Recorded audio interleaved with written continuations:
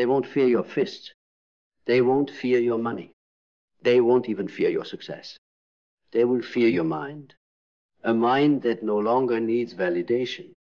A mind that cannot be manipulated by trends, applause, or rejection. A mind so grounded in truth that lies dissolved in its presence. Because the most dangerous person in any room is the one who has mastered their own perception. The one who no longer reacts. Who doesn't need to prove. Who doesn't chase. They terrify people, not because they are cruel, but because they are clear. And clarity? Clarity is power. Not the kind they teach in classrooms, but the kind that breaks you free from the invisible cages you didn't know you were living in. Let me ask you something. Who would you be without their praise? Who would you be if no one ever clapped? If no one ever approved? If there were no mirrors, no followers, no titles, no likes? Would you still believe in your own worth? Would you still move like your life matters? Because that's where the strong mind begins, in the silence of self-certainty. Not the arrogance of ego, but the calm of conviction. It begins in the ruins, the rubble of betrayal, the wreckage of identity collapse, the night you realized no one was coming to save you. That's when the old mind, the borrowed mind, dies, and a new mind begins to form. You build it with questions they taught you never to ask. You sculpt it from the pain they told you to suppress. You sharpen it with truths they buried under comfort. It's not about becoming a genius. It's about becoming aware.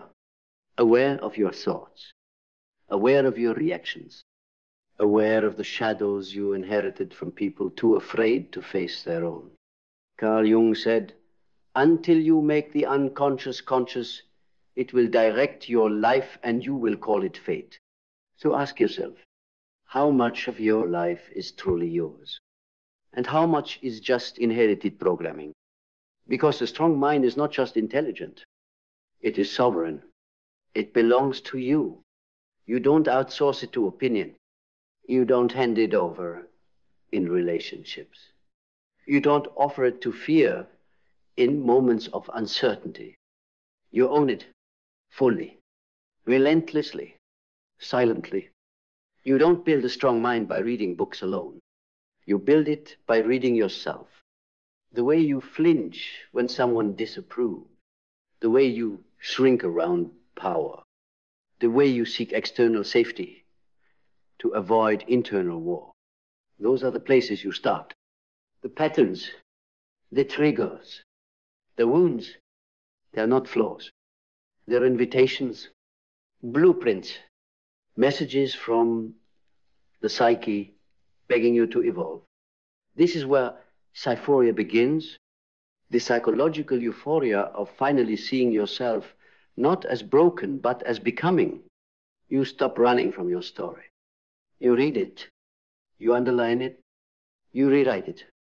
You stop performing the character they gave you and start embodying the one you were born to become. That's the moment people begin to step back, not because you're cruel, but because your presence no longer dances to their delusions. You've become uncomfortable to their illusions. A strong mind does not need chaos to feel alive. It thrives in clarity.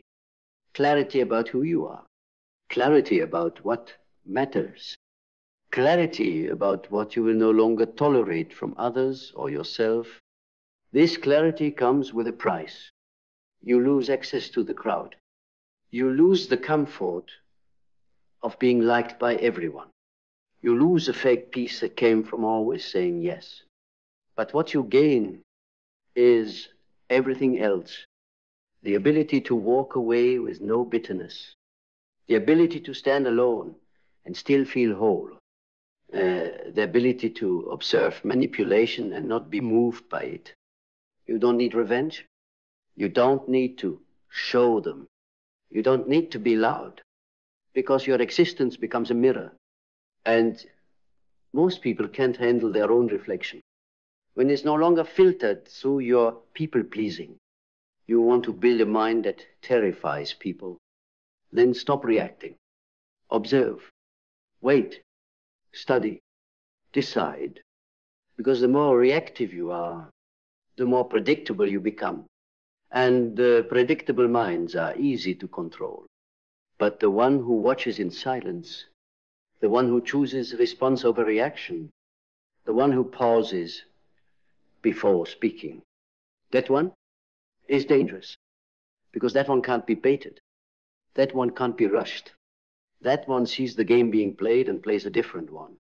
Not the ego game, not the revenge game, but the legacy game, the long game, the one built on patience, pattern recognition, and purpose. And purpose, let's talk about it. Most people think purpose is a destination, but it's not. Purpose is a lens. It's how you see everything. It's how you suffer. It's how you rise. It's how you interpret every failure, every loss, every challenge. The strong mind is not one that avoids struggle. It's one that alchemizes it. You don't ask, why is this happening to me? You ask, what is this shaping me into?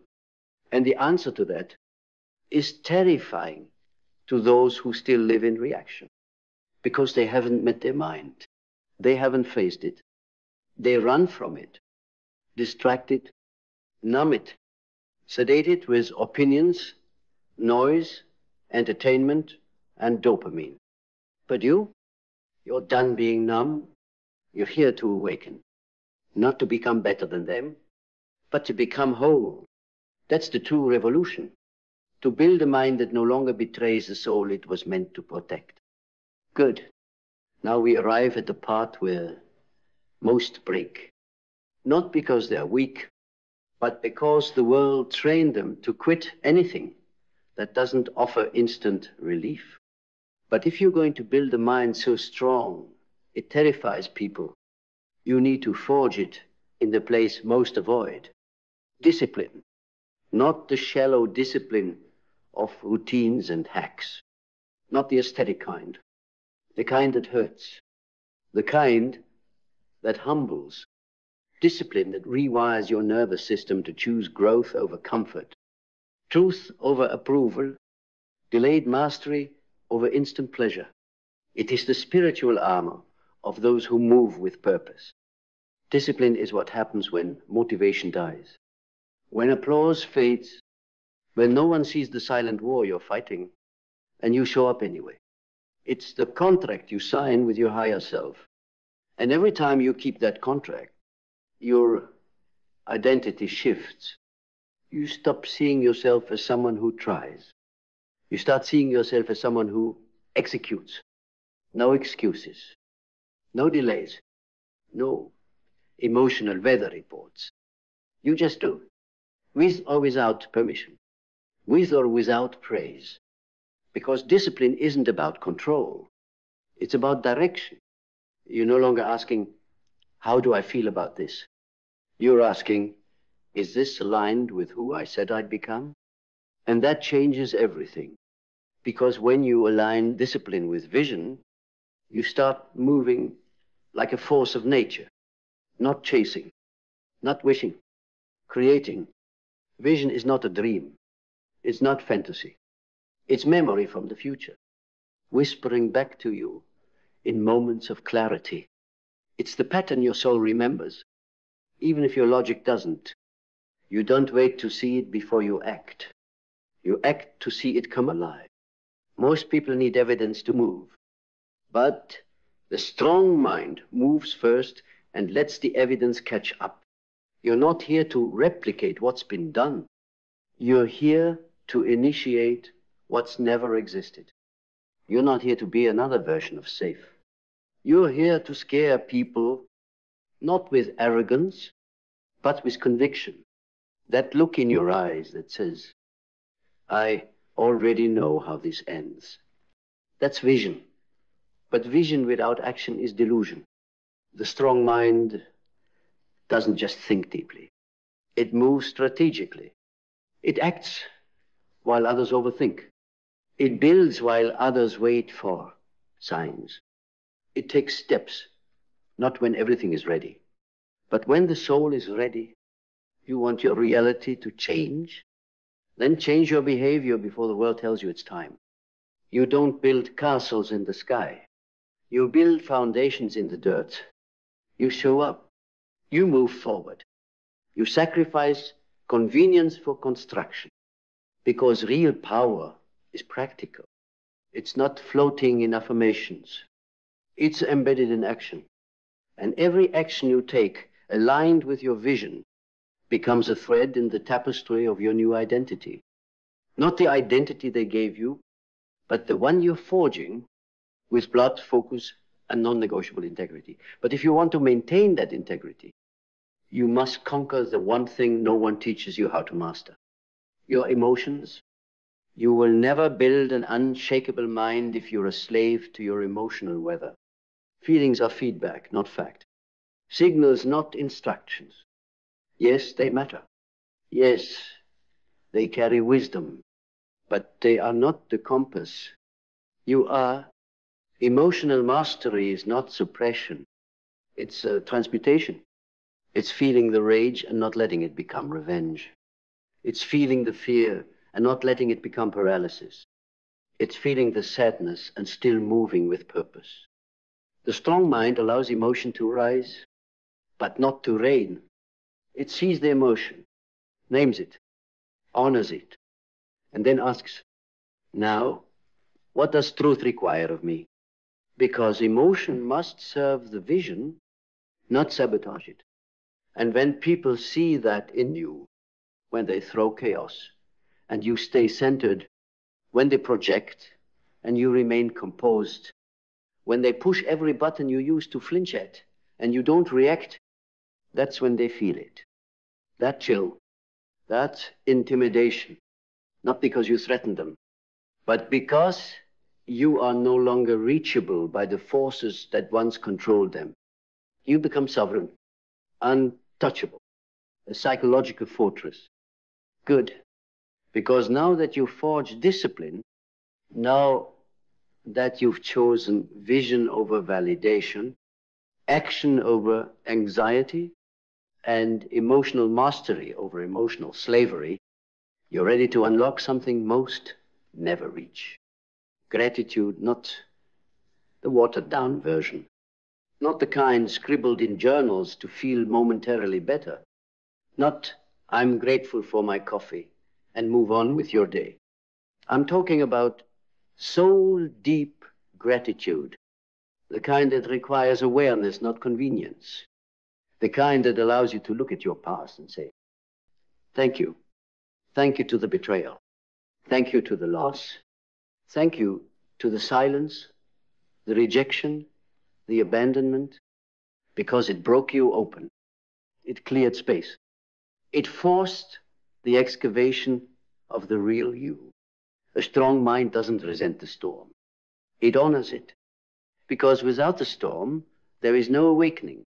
This is the kind of gratitude that terrifies people, because it makes you immune to guilt, immune to manipulation, immune to the narrative that says you should be ashamed of your pain. No, you're not ashamed. You're thankful, because your pain became power and your suffering became strategy. Gratitude is not passivity. It's presence. It's your refusal to be a victim of circumstance when you can be a master of meaning. And when you choose to walk through the world, not bitter, but blessed. Even with blood on your hands and scars on your skin, you become terrifying in the most beautiful way. Because gratitude makes you unbreakable. But even with clarity, even with emotional power, even with relentless gratitude, you still need one more thing: adaptability. Because the world will shift. The plan will fall apart. The certainty will collapse. And your strength will not be measured by how tightly you hold on, but by how gracefully you pivot. Rigidity is a symptom of fear. It's what happens when the ego needs control. But the mind that terrifies people, it flows, it adapts, it responds to life like a river carves through rock, not by force, but by presence over time. You're not attached to how it was supposed to go.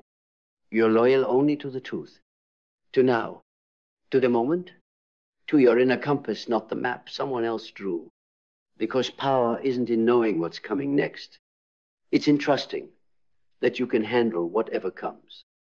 And people will fear you for that, because they don't fear those who control the environment. They fear the one who controls themselves, no matter the environment.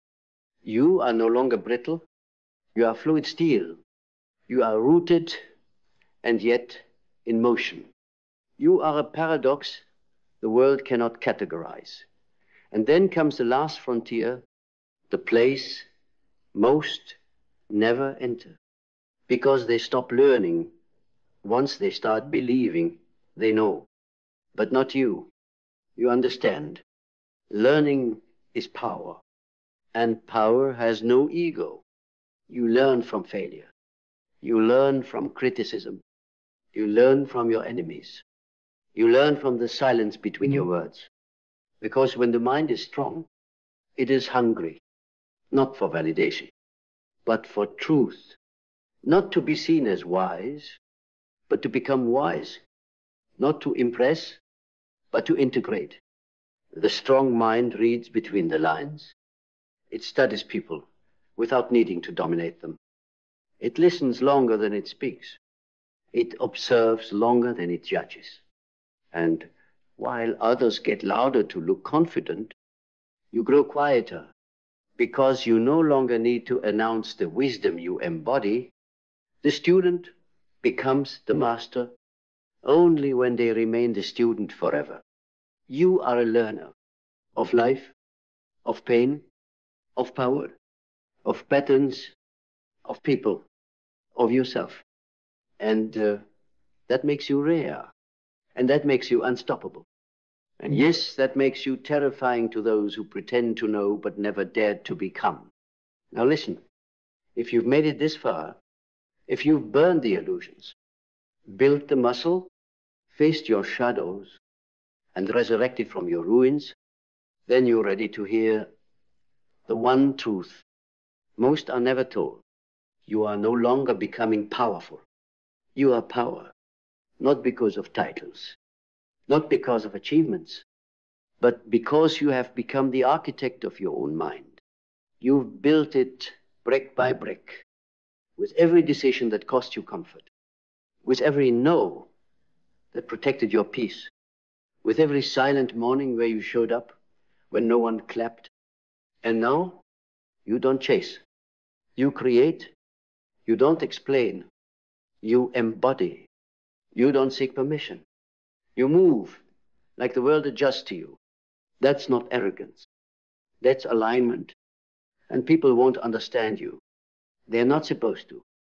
Because you've built a mind that lives beyond their fear, beyond their control, beyond their expectations. You are not here to be palatable. You are not here to be accessible.